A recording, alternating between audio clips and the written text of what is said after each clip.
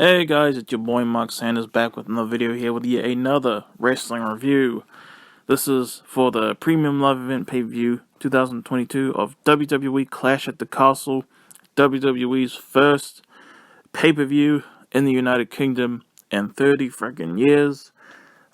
Being back at SummerSlam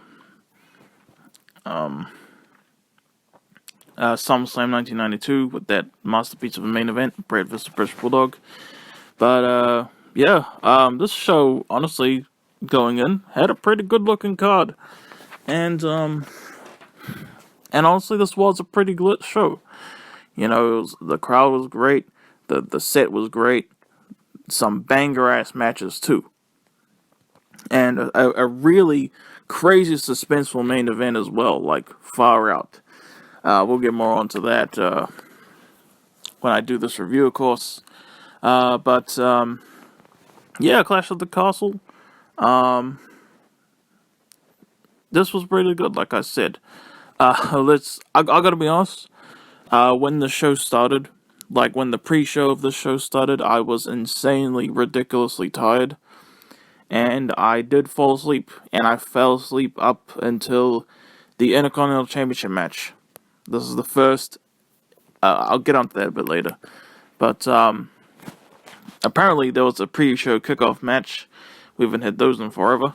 Madcap Moss and the Street Profits, consisting of Montez Ford and Angelo Dawkins, versus Mr. Money in the Bank, Austin Theory, and Alpha Academy, consisting of Chad Gable and Otis.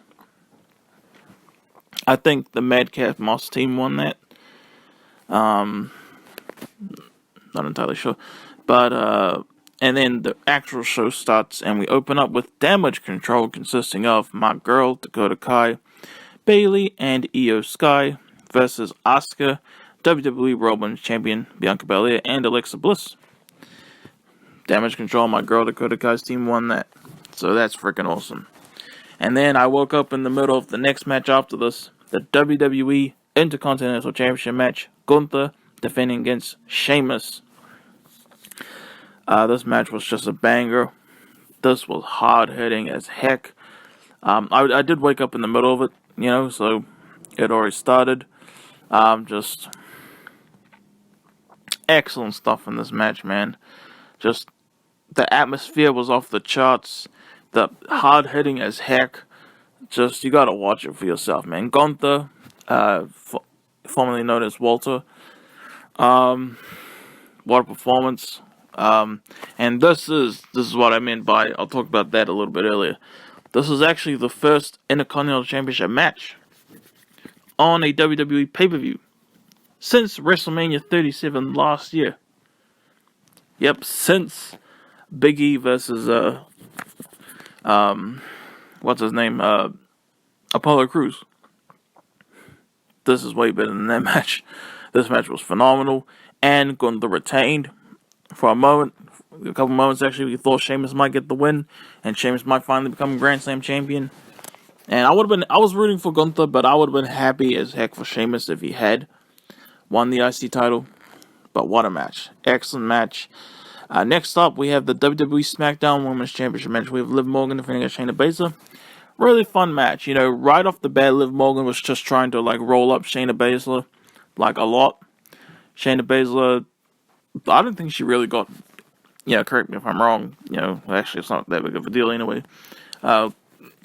Never really seemed to get the upper hand. I mean, she tried to, but, eventually Liv Morgan they fought for a bit. I had a lot of fun with this match personally. Liv Morgan did, I assume, a finisher, and pinned Shayna Baszler 1, 2, 3. Cool. Next up we have Edge and Rey Mysterio teaming up for the first time in 20 years. Remember that awesome No Mercy 2002 tag team match? Versus the Judgment Day, consisting of Damian Priest and Finn Bálor. Again, this was actually another really, really fun match. I honestly had a lot of fun watching this match. Rey Mysterio dropped Damian Priest on his ball sack on the barricade outside. That was pretty funny, wasn't it?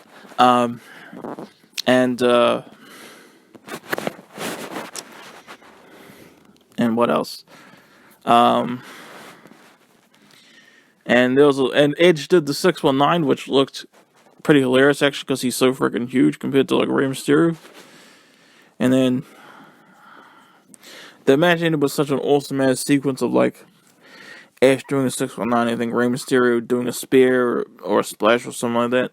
1, 2, 3, Edge and Rey Mysterio actually got the win. And then afterwards, Dominic turns heel. He turns on Edge and his father, Rey Mysterio. So, Dominic Mysterio is a heel now. Dominic, I really loved his performance against Seth Rollins at SummerSlam 2020 a couple years ago. That match was awesome. But honestly, since then, I haven't really cared for Dominic, honestly. But I wonder what's gonna come of this. Sort of. But next up, we have Seth Rollins versus Matt Riddle. Yes, he's being called Matt Riddle now, which is so awesome. And same with Austin Theory.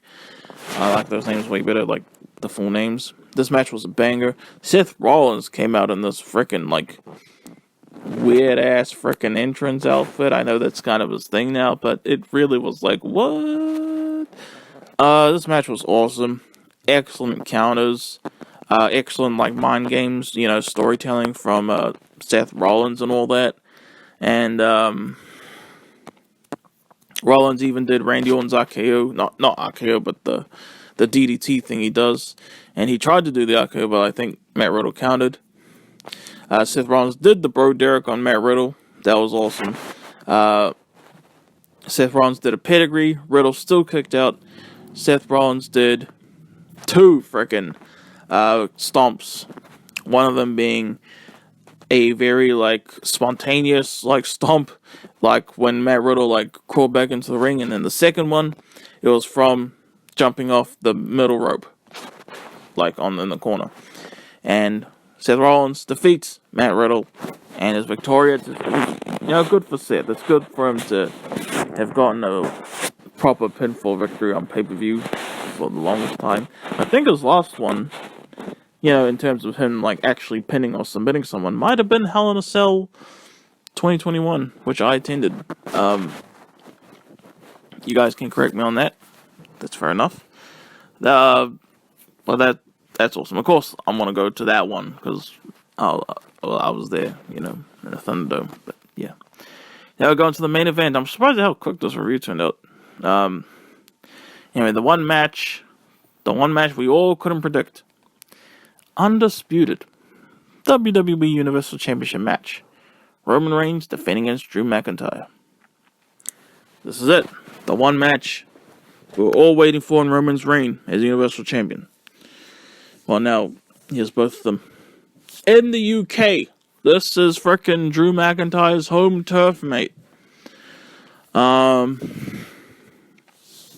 The crowd, there was some cheering for Roman. There wasn't, like, overwhelming amount of boos or nothing, but hair on my phone.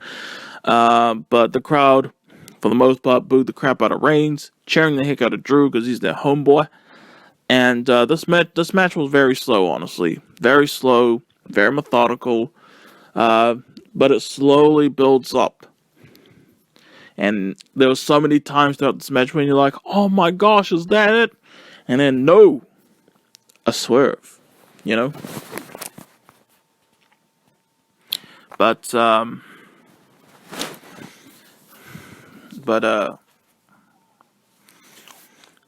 then, like, Roman does a spear, Drew kicks out.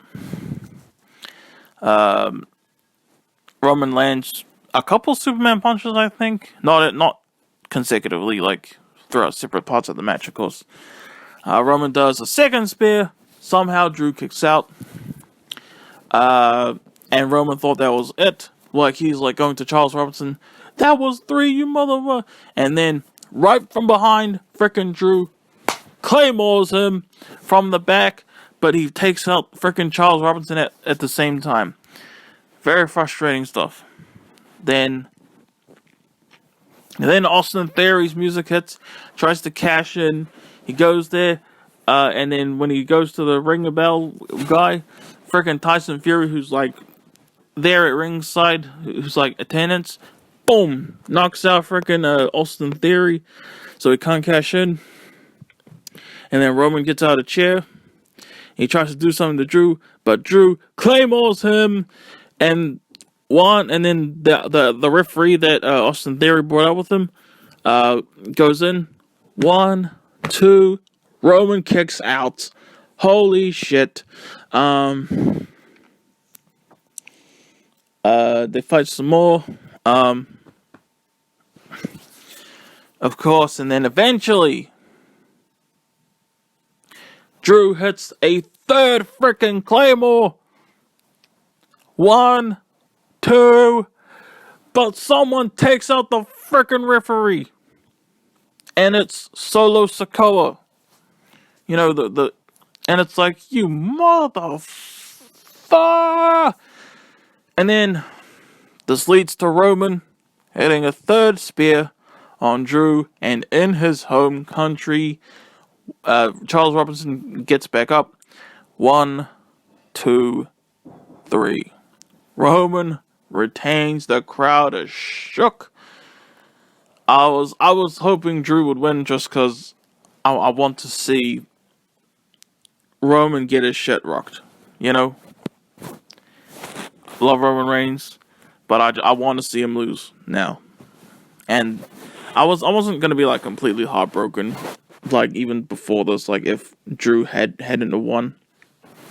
Honestly, that does build it up even more, you know, for when he finally does lose. You know, who the bloody freaking heck is gonna beat him now? Though he's beating everyone. I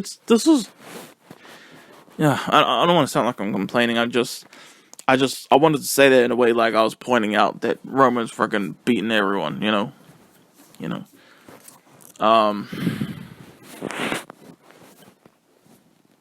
But what a match, man. The suspense was off the charts, man.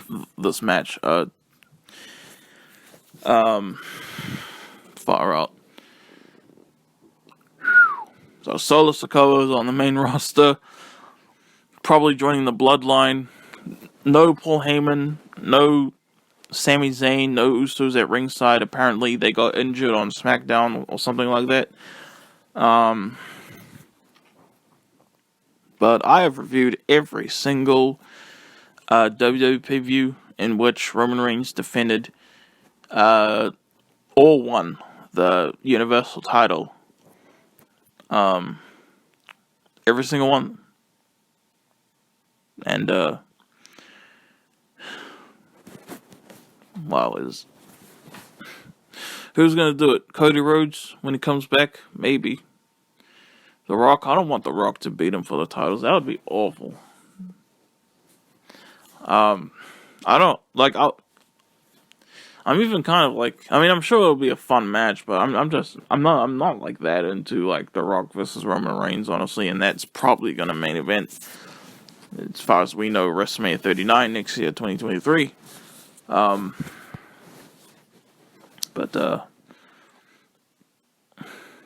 who the heck is gonna end this reign? What's the secret to ending this reign? You know, like, far out. The suspense is building up, man. But yeah. Oh, and after the match, you know, Tyson Fury came out. Karen Cross and Scarlett were at ringside, by the way. And Tyson Fury, he shook Roman's hand. You know, congrats, you know, great champion and all that. And then he shook Drew's hand and he was like, man, everyone in this building came here to see you. And you know what? I know you're upset about losing, but you made everyone here proud, man. And then they sang an old shanty together, basically, and that was nice. But yeah, that's WWE Clash at the Castle, Clash of the Castle, whatever the heck. 2022. It's a very fun pay-per-view. Check out the main event. Check out Rollins World. Check out everything on the show, honestly, except I don't know how good the first two matches were. And when I say first two, that includes the pre-show match. But man, I really enjoyed the show. The main event, you know, of course, being that I said what happened in the main event, you know, if you were to watch it now, if you watch it live, that shit was suspenseful as heck. Like, oh my gosh. Anyway, I'm your boy Mark. Hope you guys enjoyed. And yeah. Peace out, y'all.